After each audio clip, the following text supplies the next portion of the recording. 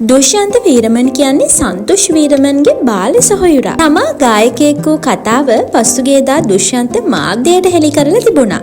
මගේ අයියා සන්තෝෂ් වීරමන් තමයි හැම දෙයකම මුල. සහෝදරය වුණාම අයියා කරන හැමදේම වල්ලි කරන එක සාමාන්‍ය දෙයක්නේ. ඉතින් සන්තෝෂ් මයිකල් ජැක්සන්ගේ සින්දු අහපු නිසා තමයි මමත් මයිකල් ජැක්සන් ෆලෝ කළේ. ඊට සෑහෙන කාලයකට පස්සේ අයියා ප්‍රොෆෙෂනල් ගායකයෙක් හැටියට Tamanගෙම ගීත නිර්මාණය කළාම මටත් හිතුණා එහෙමම කරන්න. ඉතින් අයියා බාත්‍ය එක්ක සෙට් වුණා.